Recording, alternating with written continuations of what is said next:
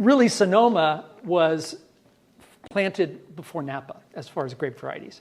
And we have to thank, first of all, the Russian colonists who came and planted grapes at Fort Ross. That was in 1812.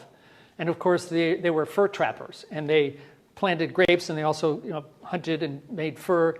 They also were responsible for naming the Russian River after them as well. Another important thing, as you can see there, is Augustin Haraszthy. He was a Hungarian count who came out here in the 1850s and basically had the idea to get better plant material. So he went back to Europe and brought back all of these cuttings to be able to make quality wine. These were vinifera grapevines, like Pinot Noir, Chardonnay, Zinfandel, and the like. So that really helped to jumpstart the industry. Of course, in 1873 is when phylloxera came and began to destroy many of the vineyards. And that sort of slowed things down up until the things started to kick up again in the early 1900s. In fact, in 1920, in Sonoma County, right before Prohibition, guess how many wineries there were?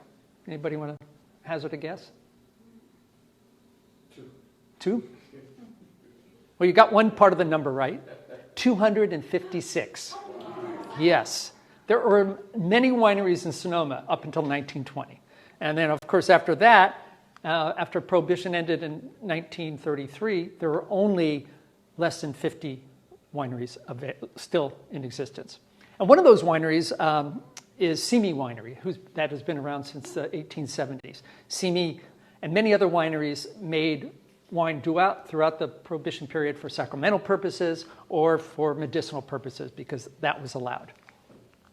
But after Prohibition, things kind of were slowly coming back in Sonoma, but really not much going on until about the 1960s. And at that point, a lot of people, especially after World War II and when the economy started to improve here in the U.S., people began to travel internationally. And their appreciation for wine grew immensely. And that really helped to develop fine taste of fine wine, and also demand began to grow.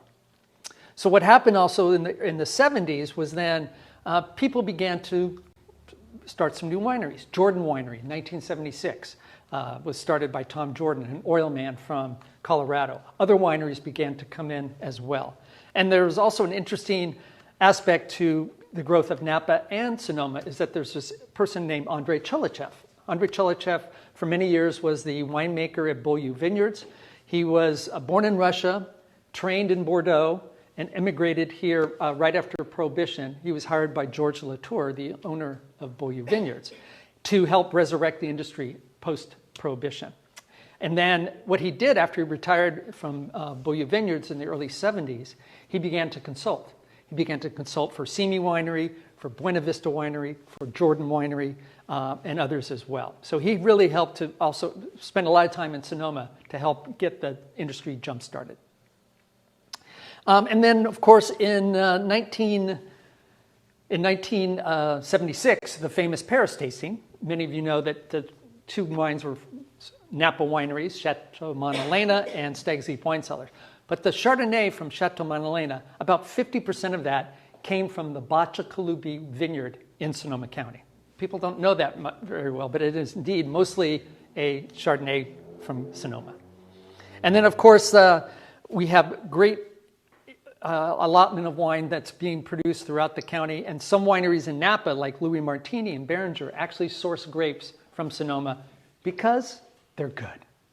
And the industry has really grown exponentially since the 1990s with prosperity, with tourism, and people able to easily fly into San Francisco and get up into the Sonoma County in 45 minutes, maybe a little more with traffic. But that is something that has become, as of early 1990s, wine finally became the #1 agricultural crop in Sonoma. And one of the great things about Sonoma, I'm sure many of you know, it's very diverse. It's not just wine.